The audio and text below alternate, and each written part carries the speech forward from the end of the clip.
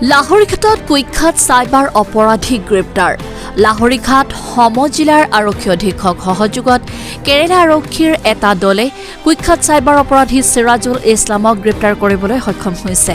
কেৰালাৰ ফেডাৰেল বেংকৰ ২৭ কোটি টকা চিৰাজুল ইছলাম এণ্ড কোম্পানীয়ে হৰলুকি কৰিছিল। ধৃত কুখ্যাত চাইবাৰ অপৰাধীটোক লৈ প্ৰসাদচম বাসগৃহত অভিযান চলাই আৰক্ষীয়ে চিৰাজুলৰ গৃহৰ পৰা এখন বিলাসী বাহনৰ লগতে বহু আপত্তিজনক নথিপত্ৰ জব্দ কৰিবলৈ সক্ষম হৈছে।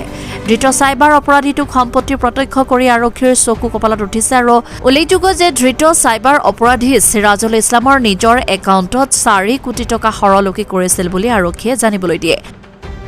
লাহৰীঘাটৰ পৰা আফতাব হুছেইনৰ report, Assam north east news live.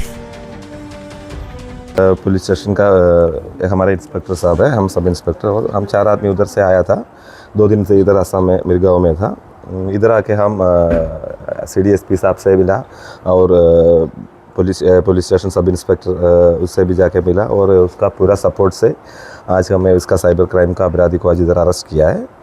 अभी बाकी उसका प्रोसीडिंग्स हो रहा है। किस अपराध में कितने ट्रांजेक्शन हुआ है साइबर पर?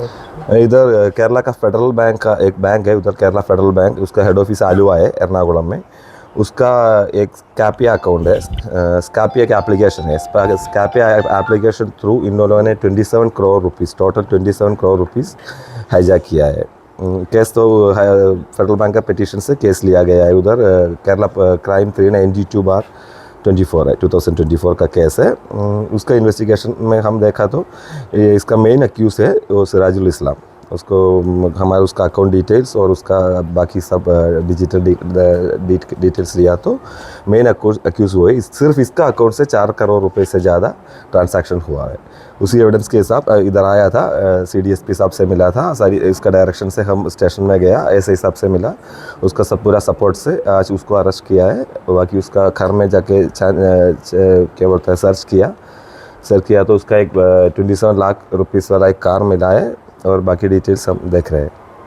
इसका जो प्रॉपर्टी है क्या होगा इसका? उसका प्रॉपर्टी के बारे में हमें ज़्यादा करना पड़ेगा। इसका प्रॉपर्टी क्या किस में यूज़ हुआ है, कुछ लैंड लिया है, कुछ बनाया है या कुछ परचेज किया है, ये सब बात में देखेगा। इन्वेस्टिगेशन साइड में वो सब हो जाएगा। Thank you. বিশাল সম্পত্তিৰ গৰাকী হৈছে নাই, বোৱালগুৰি এৰিয়াটোত কিমানখিনি চাইবাৰ ক্ৰিমিনেল আছে সকলোৱে গম পায় আৰু ভাৰতবৰ্ষৰ এটা হটস্পট।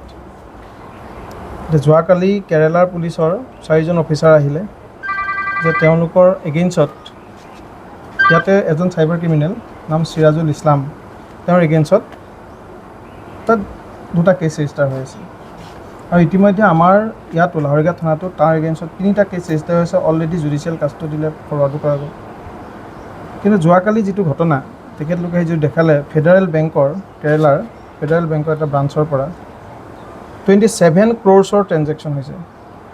আৰু কেনেকৈ হৈছে ট্ৰেঞ্জেকশ্যনটো, বিভিন্ন মানুহৰ ভাল চিভিল স্ক'ৰ চাই তেওঁলোকে পেন নাম্বাৰ লৈছে, সেইখিনি তেওঁলোকে পেন কাৰ্ডটো ফ্ৰড কৰি পেলাই বনাইছে, চিমিলাৰলি আধাৰ কাৰ্ড বনাইছে আৰু ফেডাৰেল বেংক, HDFC বেংক, বিভিন্ন ব্ৰাঞ্চৰ পৰা বেংকৰ পৰা লোন লৈছে। টোটেল 27 ক্ৰ'ৰ্ছ আৰু চিৰাজুল ইছলামৰ একাউণ্টৰ পৰা টোটেল 4 কোটি ট্ৰেঞ্জেকশ্যন হৈছে। তো সেইখিনি ডকুমেণ্টাৰী যিখিনি এভিডেঞ্চ, ডিজিটেল এভিডেঞ্চ তেওঁলোকে লৈ আনিছে, আমি চালোঁ হয় জেনুইন কেছ। গতিকে সেইকাৰণে তেওঁলোকক কালিৰ পৰা 2 দিন ইয়াতে আছে, আমি তাক আজি কৰায়ত্ব কৰিবলৈ সক্ষম হ'ম। ক'ৰ পৰা এৰেষ্ট কৰিছে? একচুৱেলি চিৰাজুল ইছলামৰ বহুতখিনি প্ৰপাৰ্টি আছে, চাইবাৰ কৰি যথেষ্টখিনি প্ৰপাৰ্টি বনাইছে। আপোনালোকে নিজে দেখিছে, ঘৰটোলৈ গ'লে আপোনালোকে ইমান ধুনীয়া ঘৰ মানে য'তে ত'তে দেখিবলৈ পোৱা নাযায়। আৰু লগতে তেওঁৰ এখন এটা ফাৰ্ম আছে, ডেইলি প্ৰায় 4-5 হাজাৰ টকা আণ্ডা ওলায়, তাৰ এটা ফাৰ্ম আছে। ৰাতিপুৱা ফাৰ্মত আহোঁতে আমি আমাৰ চ'ৰ্চৰ মাধ্যমেৰে তেওঁক কৰায়ত্ব কৰা গৈছে। কিবা জব্দ কৰিছে নেকি? জব্দ প্ৰসংগত বৰ্তমানলৈকে আমি তেওঁ ঘৰত গ'লোঁ, হাউচ চাৰ্চ কৰিলোঁ, যিখিনি ইনক্ৰিমিনেটিং মেটেৰিয়েল পোৱা গৈছে সেইখিনি চিজ কৰা গৈছে। তেওঁৰ এখন আমি 22-25 লাখ টকীয়া গাড়ী এখন পাইছোঁ, সেইখিনি আমি কেৰালা পুলিচৰ লগত আলোচনা কৰি আইনী প্ৰক্ৰিয়াৰে আমাৰ SP ছাৰ, ক্ৰাইম ছাৰ তেওঁলোকৰ লগত আলোচনা কৰি তেওঁক এই বিষয়টোৰ ওপৰত সিদ্ধান্ত লোৱা যাব। আৰু এইখিনিতে মই আপোনালোকৰ সকলোৰে আগত বোৱালগুৰি লাহৰীঘাট বা এই অঞ্চলৰ যিমানখিনি চাইবাৰ ক্ৰিমিনেল আজি নতুন চাইবাৰ ক্ৰিমিনেল নে পুৰণা চাইবাৰ ক্ৰিমিনেল সেইটো মেটাৰ নহয় বহুতে ভাবি আছে আমি আগতে চাইবাৰ ক্ৰাইম কৰিলোঁ বহুত টকা এতিয়া আমি পুলিচে নধৰে তেনেকৈ কোনো হ'ব নোৱাৰে ডিজিটেল এভিডেন্স ডিজিটেল যিটো চেইন এইটো ইৰেজ কৰাটো ইজি নহয় গতিকে আমি সকলোকে সতৰ্কবাণী শুনাই দিছোঁ মাননীয় এছ পি ছাৰে এতিয়া ক'লে অসম জিলাৰ এছ পি হিচাপেও মই সকলোকে এইটো আহ্বান জনাইছোঁ আৰু এটা ষ্ট্ৰিক্টলি ৱাৰ্ণ কৰিব বিচাৰিছোঁ যে নতুন পুৰণি বুলি কোনো কথা নাই যোনে চাইবাৰ ক্ৰাইম কৰি অজস্ৰ ধন সম্পত্তি কৰিছে আমি সকলোখিনি বাজেয়াপ্ত কৰি ব্যৱস্থা কৰা যাব আইনী মাধ্যমেৰে গতিকে সকলোকে এইটো ষ্ট্ৰিক্টলি ৱাৰ্ণ কৰি দিয়া গৈছে যাতে তেওঁলোকে এইটো ভুলতো ভাবিব নালাগে যে আমি আগতে চাইবাৰ কৰিলোঁ এতিয়া ইয়াত খুল্লম খোলা ঘূৰি থাকিব তেনেকুৱা নহয় প্ৰত্যেকজন চাইবাৰ ক্ৰিমিনেলকে আমি আইনৰ আওতালৈ আনিম আৰু দোষীক আমি যেনেধৰণে শাস্তি দিব লাগে তেনেধৰণে শাস্তি দিয়া যাব